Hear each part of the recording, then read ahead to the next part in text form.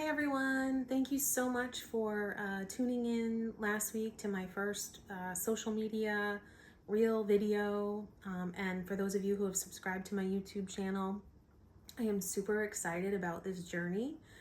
And I'd be lying if I said didn't feel completely vulnerable. A huge part of finding myself was actually recognizing the deep disconnection that I actually had with myself. Disconnection, doesn't start with you, but breaking free of it is your responsibility. We have to take ownership and accountability for our lives. We cannot go through our lives and continue to blame our past or, someone on our inability to create what we want for ourselves. It's no longer anyone's fault but our own.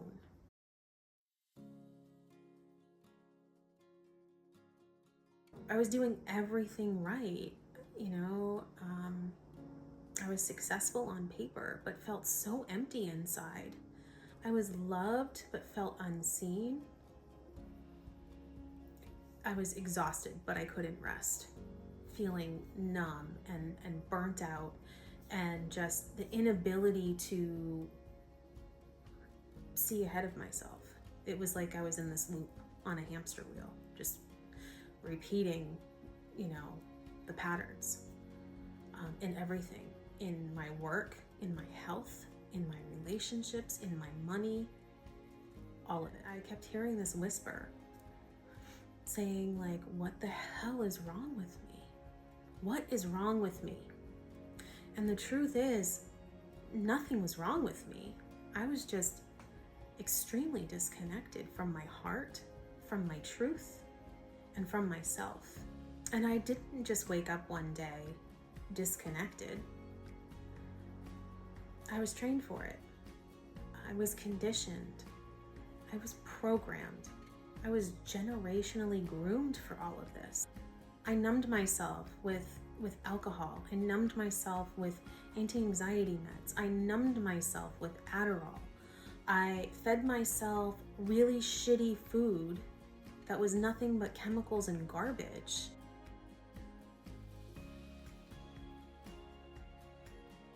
I feel like the more busy my calendar was, the more it was draining my soul. I would say yes to things that I didn't want to do, but I felt guilty, or I felt obligated, or I might let someone else down. All of these things that we all encounter in our society, right? And we have the family guilt, and we have the friend guilt, and we have all of these things happening. And it's in that whole mix, it was what about me? There was a light bulb that went off, and it was what about me? I was brought up with the mentality of be a good girl, get good grades, don't cry, don't let them see your real feelings, don't make waves, don't be loud, make people feel comfortable, even if it kills you, right? And don't take up too much space. My personal favorite is stay in your fucking lane. That could be some of the worst advice I've ever been given in my life. It was all by design. All of this. To keep us small, to keep us quiet, to keep us sick, to keep us disconnected from our power, from our truth, and our purpose. Because when we come into power and our purpose and our truth, there's nothing that can stop you.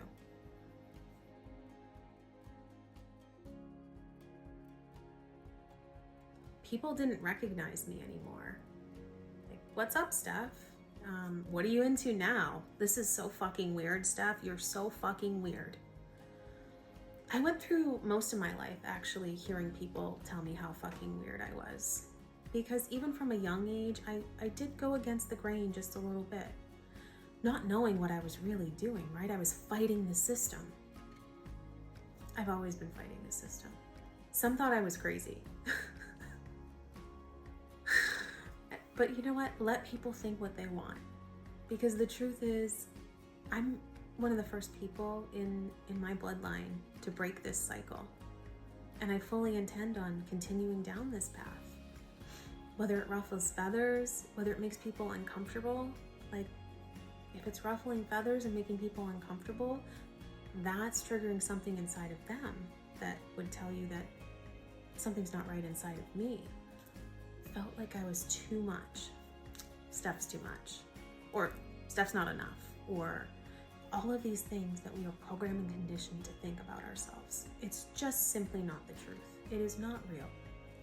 So all I can say is, healing is disruptive.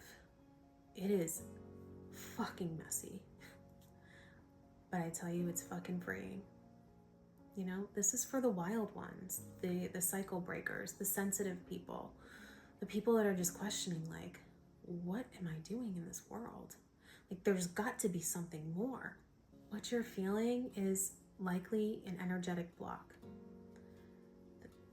The disconnection shows up in our bodies, our minds, our heart, our work, our relationships, our health, our purpose, our career.